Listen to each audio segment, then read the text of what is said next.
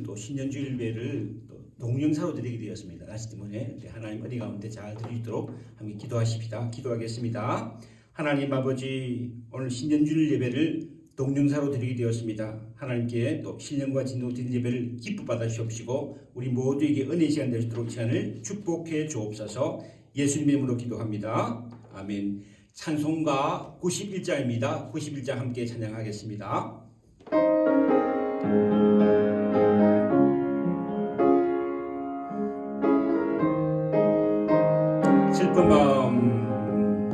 슬픈 마음 있는 사람 예수 이름 믿으며 영원토록 변함없는 기쁜 마음들이 예수의 이름은 세상의 소망이요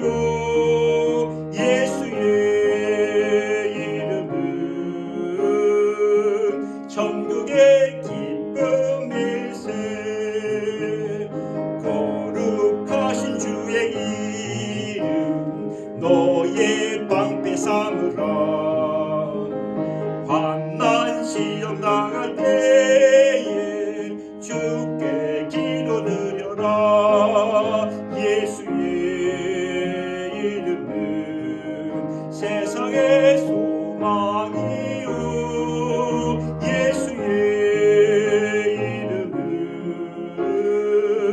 천국의 기쁨일세. 존귀하신 주의 이름 우리 기쁨되도다. 주의 품에 안길 때에 기뻐 찬송 부리리. 예수의 이름은 세상의 소망이요 예수의 이름은 천국의 기쁨일세. 우리 갈 길 나간 후에 보좌 앞에 나아가 왕의 왕께 경배하며 면류관을 드리리. 예수의 세상의 소망이요 예수의 이름은 천국의 기쁨일세.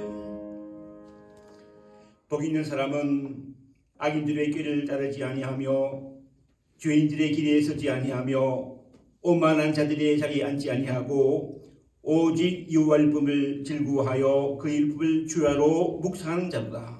그는 시냇가에 심은 나무가 씨를 따라 열매를 맺으며 그 잎사귀가 마르지 않음 같으니 그가 하는 모든 일이 다 형통하리로다. 아멘. 아버지 하나님, 거룩한 주일 신년 주일 예배로 함께 인권 누리고 나오니 하나님께 이 예배를 기뻐 받아주옵시고 우리 모두에게는 은혜의 시간 될 수 있도록 이 시간을 축복하여 주옵소서. 사도신경으로 우리의 신앙을 한 목소리로 고백하려 나오니 전능하사 천지를 만드신 하나님 아버지를 내가 미사오며 그 외아들 우리 주 예수 그리스도를 미사오니 이는 성령으로 잉태하사 동정녀 마리아에게 나시고 본디오 빌라도에게 고난을 받으사 십자가에 못 박혀 죽으시고 장사한 지 사흘 만에 죽은 자 가운데서 다시 살아나시며 하늘에 오르사 전능하신 하나님 피난자 계시다가 주리로서 산자와 죽은 자를 심판하러 오시리라. 성령을 미사오며 거룩한 공예와 성도가 주로 교통하는 것과 죄를 사하여 주신 것과 몸이 다시 사는 것과 영원히 사는 것을 미사옵나이다. 아멘. 찬송가 몇 장이죠? 329장 552장입니다. 552장 아침 해가 들을 때 함께 찬양하겠습니다. 552장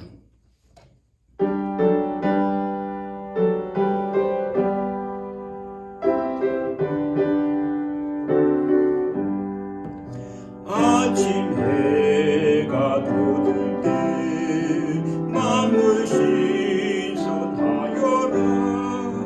나도 세상 지날 때에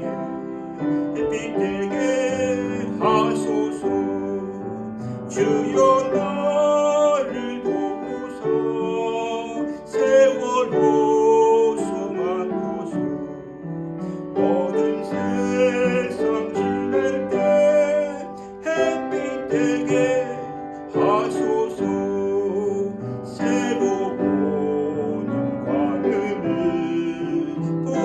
보람있게 보내고 주의 일을 행할 때에 햇빛 되게 하소서 주여 나를 도우소 세월호 수많고소 모든 세상 지낼 때 햇빛 되게 하소서 한 번 가면 안 오는 빠른 광음 지날 때 그 한 시간 맞춰서 햇빛 되게 하소서 주여 나를 도우소서 세월호 수많고소 모든 세상 지낼 때 햇빛 되게 하소서 밤낮 주를 위하여 몸과 마음을 드리고 주의 사랑 나타내 햇빛 되게 하소서 주여 나를 도우소 세월호 수많고소 모든 세상 지낼 때 햇빛 되게 하소서 아멘. 기도하겠습니다. 하나님 아버지, 지난 한 주간 저희를 지켜주셔서 참으로 감사합니다. 신년주일을 맞이하여 하나님 앞에 예배합니다. 오늘은 날씨가 좋지 못하여 동영상으로 예배드리지만 신령과 진정으로 함께 예배드리는 예배가 되게 하여 주옵소서. 우리가 이 세상에 살면서 때로는 하나님의 영광을 나타내지 못할 삶을 살 때가 있음을 고백하오니 회개하오니 예수님의 보배로운 피로 우리를 깨끗하게 씻어 주옵소서. 하나님께 우리 교회를 이곳에 세워주시고 지금까지 인도하여 주신 은혜를 인하여 감사합니다. 앞으로도 하나님의 선한 인도하심 가운데 하나님께 영광 돌리는 거룩한 교회가 되게 축복하여 주옵소서. 특별히 조국 대한민국이 정치적으로 혼란 가운데 있사오니 하나님께서 불쌍히 여겨주시어서 갈등을 극복하고 모든 국민이 평화롭게 살 수 있도록 인도하여 주시고 우리 교원들 중에 몸이 아픈 손들 어루만 주셔서 모든 병든 것을 깨끗하게 치유하여 주옵소서. 또한 우리 모든 성도들이 22년 새해에 하나님을 사랑하고 이웃을 사랑하여 하나님의 뜻을 이루는 거룩한 교회가 될 수 있도록 축복하여 주시고 우리 교회의 자녀를 어디에 있든지 믿음 안에서 승리하는 삶을 살게 하여 주옵소서. 자라난 어린 생명들도 지켜 인도하여 주옵소서. 우리 교회가 섬기는 성도님들 축복하여 주셔서 아름다운 승리를 맺는 복된 성도살대로 살게 될 수 있도록 축복하시고 이 시간 우리에게 꼭 필요한 생명의 말씀을 허락하여 주옵소서. 모든 말씀 예수님의 이름으로 기도하옵나이다. 아멘.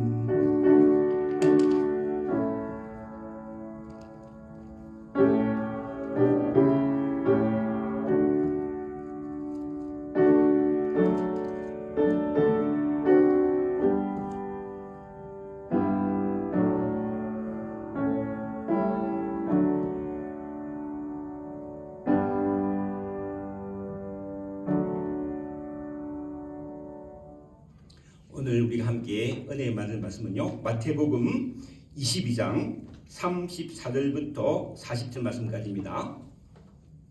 마태복음 22장 34절부터 40절 말씀까지입니다.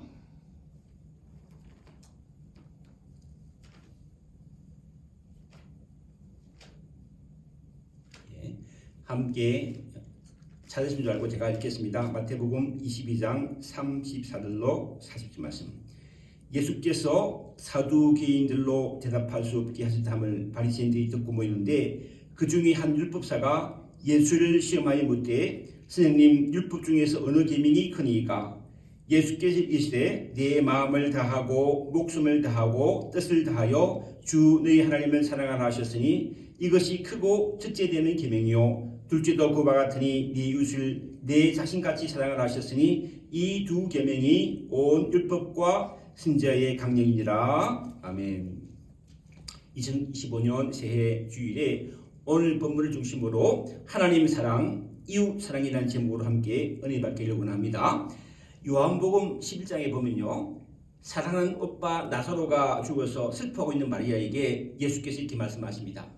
나는 부활이요 생명이니 나를 믿는 자는 죽어도 살겠고 무릇 살아서 나를 믿는 자는 죽지 아니하리니 이것을 네가 믿느냐. 예수님의 이 말씀에 마리아는 주여 그리하여다. 주는 그리스도시요 세상에 오신 하나님의 아들이신 줄 내가 믿나이다 라고 고백합니다. 이 마리아의 고백을 들은 예수께서 무덤에 붙여 나흘이나 지나 벌써 냄새가 나는 나사로를 향하여 나사로야 나오라 하시고 나사로를 죽음에서 살려주십니다. 이 기적을 본 마리아는 큰 기쁨으로 만나는 사람들마다 부활의 주님을 증가했고 많은 유대인들이 예수를 믿었습니다. 그런데 종교 지도자들은 예수라는 사람이 죽은 나사로를 살리는 기적을 행했다는 이야기를 듣고 어떻게 하면 예수를 죽일까 의논합니다. 왜냐하면 종교 지도자로서 예수라는 사람 때문에 자신의 기득권을 빼앗길 거라는 생각이 들었기 때문입니다. 그런데 그들 중에 부활이 없다고 주장하는 사두개인들이 예수께 몰려와서 이렇게 질문합니다. 마태복음 22장 25절로 26절 말씀인데요. 우리 중에 7형제가 있는데 마지가 장가들었다가 죽어 상속자가 없으므로 그 아내를 동생에게 물려주고 그 둘째와 셋째로 7째까지 그렇게 하다가 최후에 그 자도 죽었나이다. 그런즉 그리 다 그를 처하였으니 부활 때에 7 중에 누구의 아내가 되리까?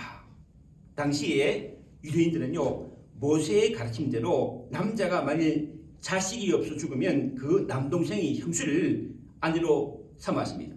따라서 7형제가 자식이 없어 죽어 한 여자를 아내로 삼았다면 부활 때 7명 중에 누구의 아내가 되겠느냐 하는 질문이었습니다. 이게 왜 질문했냐면 부활이 있다는 것은 잘못된 가르침이라고 사두개인들이 예수께 따져 물은 것입니다. 그래서 예수께서요 아주 분명하게 부활이 있다고 대답하십니다. 마태복음 22장 29절로 32절 말씀입니다. 너희가 성경도 하나님의 능력도 알지 못하는 거로 오해하였도다.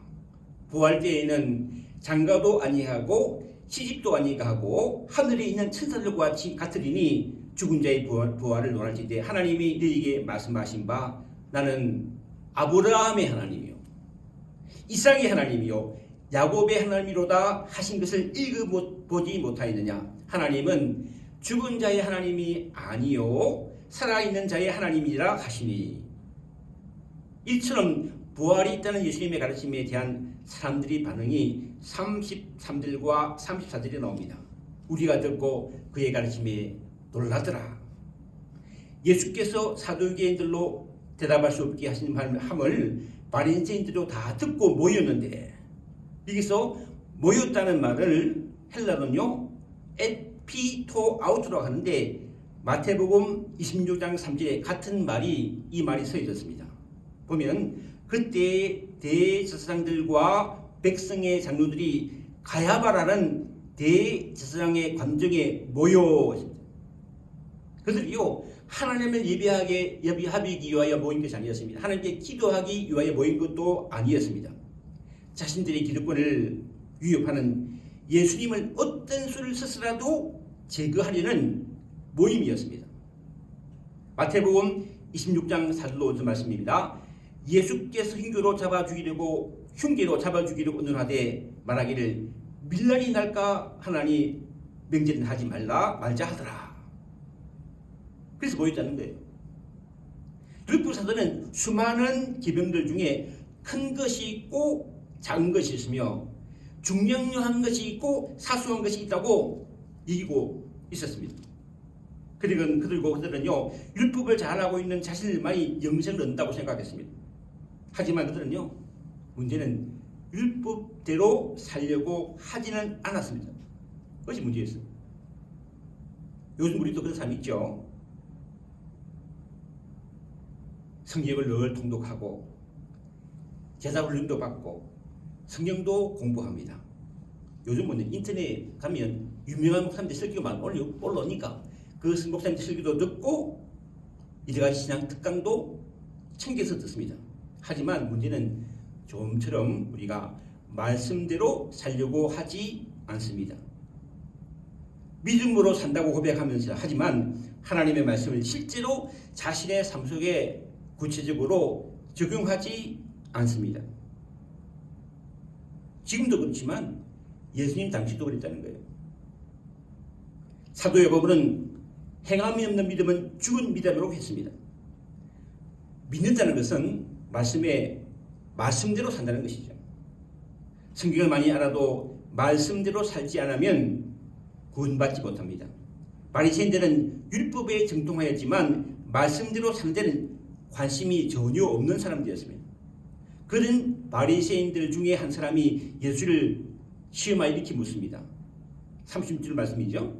보면 선생님 율법 중에 어느 계명이 크니까 몰라서 묻는 게 아니에요. 큰 계명이 무엇이냐는 바리새인의 질문이요 율법에 정통한 나는 다 알고 있다는 생각이 깔려 있었습니다. 당신 그것을 알고 있느냐? 비양근이랑 그리는 믿음이었어요. 질문이었어요. 그래서 이때 예수께서 이렇게 말씀하십니다. 오늘 본 말씀이죠.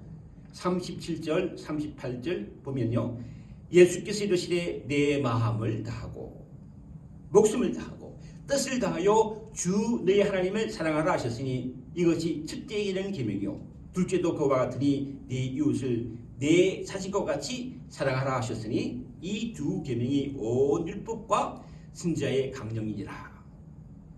한국의 유명한 철학자 김형석 교수가 새롭게 하소서라는 간증 프로그램에 나와서 이런 간증을 했습니다.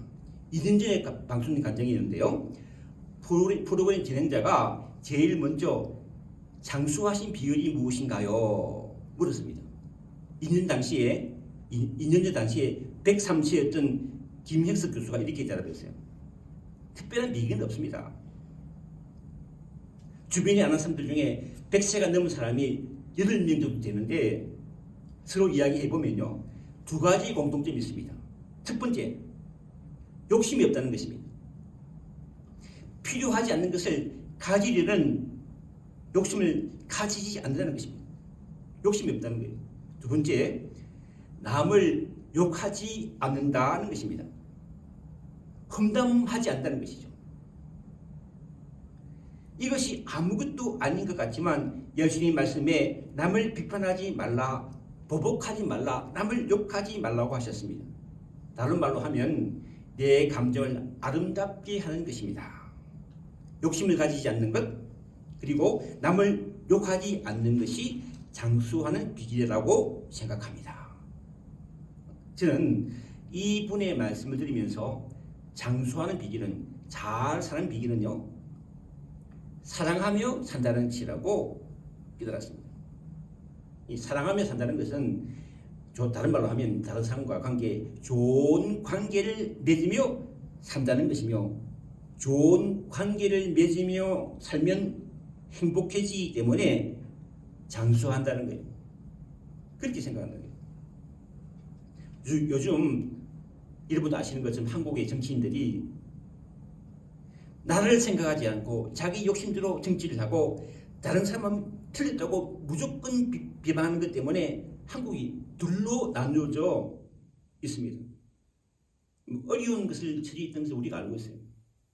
또한 전남 무안에서 일어난 비행기 사고로 179명이 희생되었습니다. 하루아침에 사랑하는 가족을 잃어버린 사람들의 슬픔이 얼마나 크겠습니까? 그런데 이러한 불행한 사고는 따지고 보면 자신들의 욕심 때문입니다. 무리하게 비행기를 운행하고 비행장 관리를 제대로 하지 않았기 때문에 생겨난 불행이요 사고라고 생각합니다. 반면에 정치인들이 국민을 사랑하는 마음으로 정치를 하면 나라가 행복해지고, 항공 관계자들이 사랑하는 마음으로 비행기 운행하면 승객들이 편안하게 여행할 수 있습니다. 이와 같은 원리가 우리에게도 적용되죠. 교회의 목사가 사랑하는 마음으로 성도를 돌아보면 교회가 행복하게 됩니다. 여러분들도 일터에서 돈을 벌기 위해 하는 일이라는 것이 아니라 하나님이 주신 일로 이기며 직장 동료들로부터 벌어서 좋은 관계 속에서 일을 하면 하나님께 영광을 돌리고 모두가 행복하게 된다는 것입니다. 헨리 브레이칸이는요, 하나님을 경험한 삶이라는 책에서 우리가 삶 속에서 참 사랑을 체험할 수 있는 방법이 있다고 이렇게 말합니다. 하나님은 당신과 여러분과 사랑의 관계를 추구하십니다. 하나님이 바로 당신을 이러한 관계로 초청하는 장본인이십니다. 하나님은 사랑의 관계를 위해서 창조하셨습니다. 그것이야말로 당신 인생의 목적인 것입니다. 이 사랑의 관계는 막연한 것이 아니라 실제적이요 개인적인 것이 있으며 또한 그렇게 되어야만 합니다. 그러나 이 사랑의 관계는 일방적인 관계가 아닙니다. 하나님은 당신 그분을 알고 경배하기를 원하십니다. 무엇보다도 당신이 하나님을 사랑하기를 원하십니다. 예수님은 말씀하십니다. 나의 계명을 지키는 자라야 나를 사랑하는 자니 나를 사랑하는 자는 네 아버지께 사랑을 받을 것이요 나도 그를 사랑하여 그에게 나를 나타내리라. 그리고 우리가 하나님의 사랑을 우리 삶 가운데 실제로 체험하기 위해 우리가 해야 할 일은요, 하나님의 말씀에 순종하는 것이라고 합니다.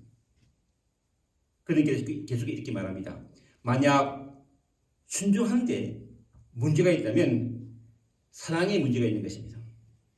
당신의 관심을 하나님의 사랑에 집중시키십시오.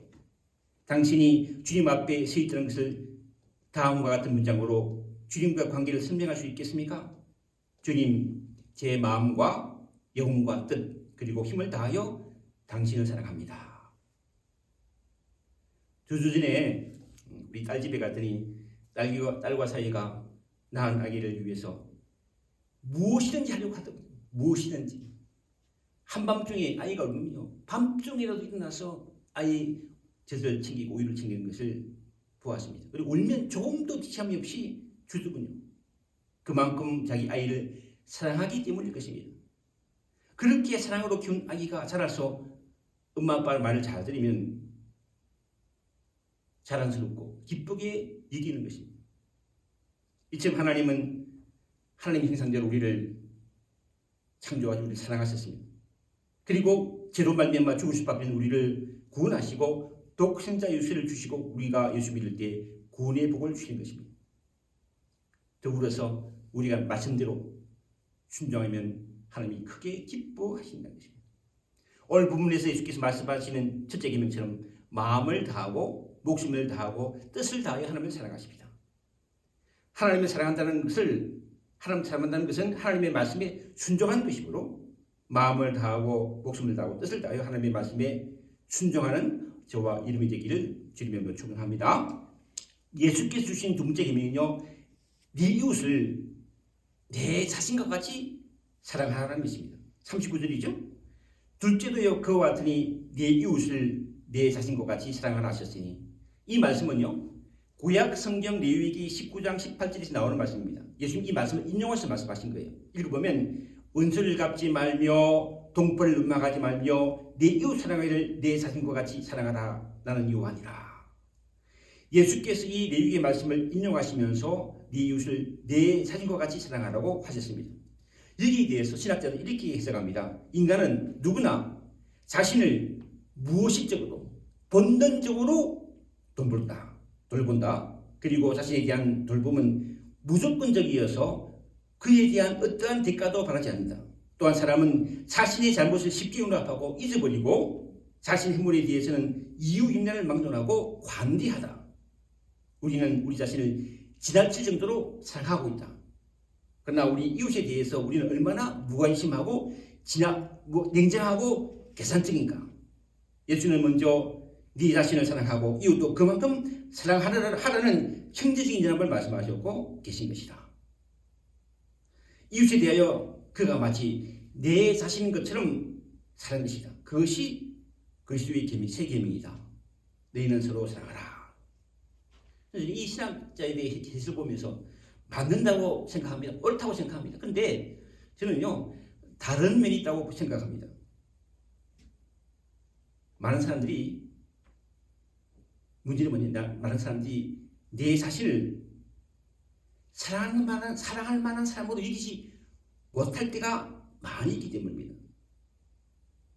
부모로부터 올바른 사랑을 받지 못하는 사람은요, 또 다른 사람으로부터 사랑받지 못하는 사람은 자신이 사랑받을 만한 가치가 없는 사람이라고 여길 때가 많다는 거예요. 내가 사랑받지 못하고 있다고 여긴 사람은요, 다른 사람을 사랑할 수 없습니다. 구약 성경에 나오는 야곱은 아버지 이삭의 사랑을 받아 형 에스의 장자권을 가로칩니다. 그 일로 말미암아 형 에스의 미움을 받아 외삼촌 라반의 집으로 피신해 갑니다.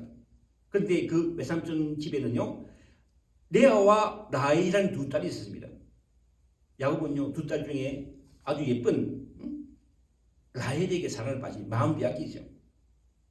그 라헬을 얻기 위해서 야곱은 7년을 외삼촌 라반을 위해서 일을 합니다. 창세기 29장 20절 말씀이죠. 야곱이 라헬을 위하여 7년 동안 라반을 섬겼으니 그를 사랑하는 까닭에 7년을 며칠같이 일이더라. 사랑하는 마음 때문에 막 라헬을 얻기 위해서 7년 동안 기쁘게 일했어요. 이처럼 7년 일한 후에 외삼촌에게 네 아내를 주소서 하여 결혼잔치를 합니다. 이제 결혼잔치를 했다는 거예요. 밤에 이제 함께 잠자리를 했어요. 근데 아침에 보니까 라헬이 아니고 레아였어요. 언니였어요. 그래서 왜 이게 라헬이 내 아내 했더니 외삼촌이 이렇게 말합니다. 언니보다 아우를 먼저 주는 것은 우리 지방에서 하지 않는 일이다. 그래서 7일 더 키우면 레알을 줄 것이요 7년을 자신을 위해 일하면 일하라 합니다. 그래서 야곱은 7일 키우고 라헬을 아내로 삼은 이후에 7년을 더 라반을 위해서 일을 섬깁니다.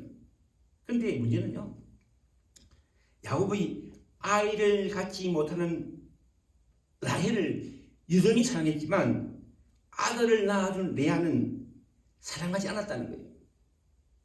여기서 남편의 사랑을 받지 못한 레아의 아픔을 성경이 이렇게 증가합니다. 사랑을 받지 못해 아팠다는 거예요. 창세기 29장 31절로 20절 말씀입니다. 여호와께서 레아가 사랑받지 못함을 보시고 그의 태를 여셨으나 라헬은 자식이 없었더라. 레아가 임신하여 아들을 낳고 그 이름을 르우벤이라 하여서 이르되 여호와께서 나의 괴로움을 돌보셨으니 이제는 내 남편이 나를 사랑하리로다. 남편의 사랑을 받지 못한 아픔이 얼마나 컸으면 아들 이름을 르우벤이라 짓겠어요. 르우벤. 여호와께 나의 괴로움을 돌보셨다. 르우벤을 지었어요. 남편 야곱으로부터 둘째 아들을 낳고서 그 이름을 시몬이라 지었고 셋째 아들을 낳고서는 네 남편이 지금부터 나와 인합하리로다 하고 그 입을 르이라 하였습니다.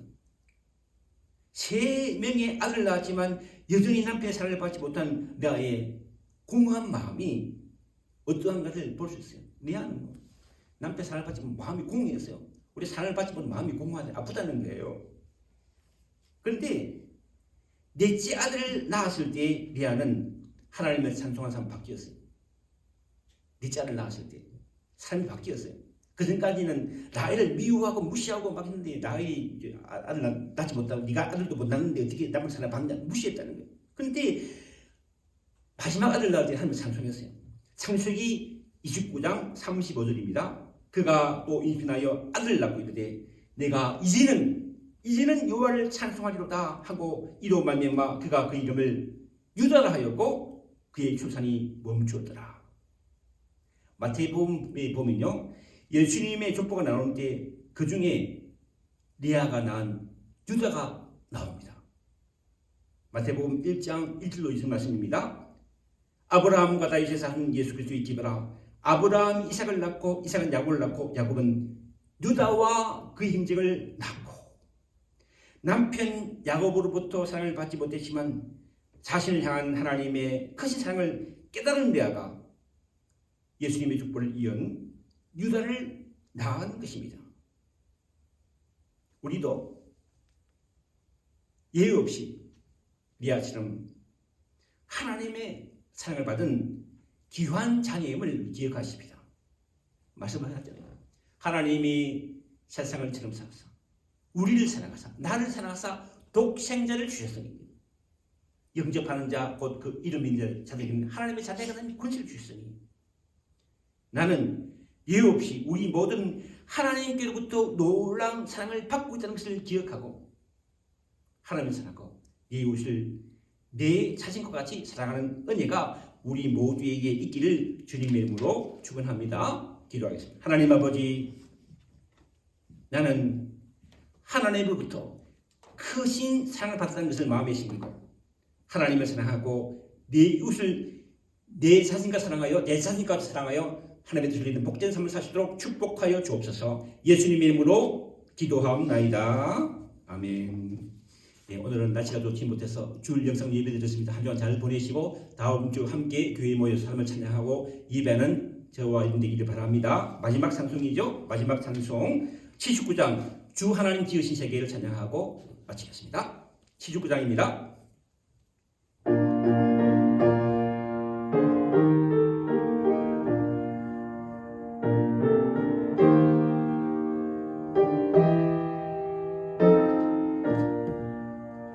주 하나님 지으신 모든 세계 내 마음 속에 그리워볼 때 하늘의 별 울려 퍼지는 배송 주님의 권능 우주에 찬네 주님의 높고 위대하신 내 영혼이 찬양하네 주님의 높고 위대하심을 내 영혼이 찬양하네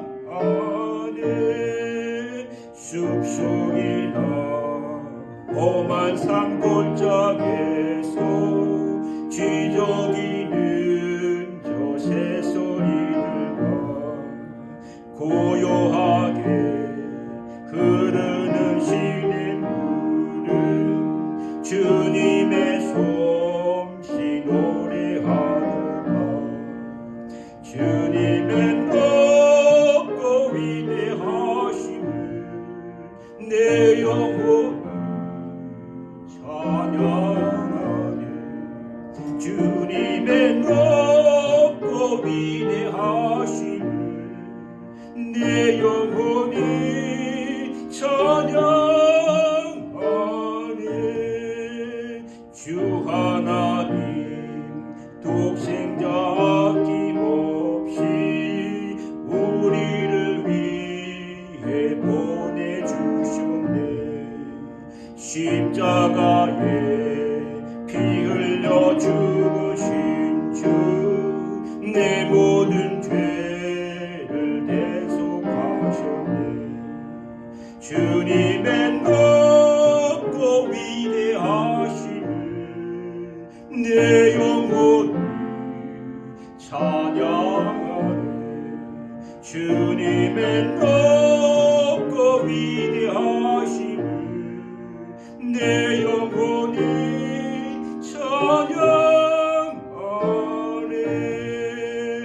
내 주 예수 세상에 가시올 때 저 천국으로 날 인도하리 나 겸손히 엎드려 경배하며 영원히 주를 찬양 주님의 높고 위대하심을 내 영혼이 찬양하네. 주님의 높고 위대하심을 내 영혼이 찬양하네.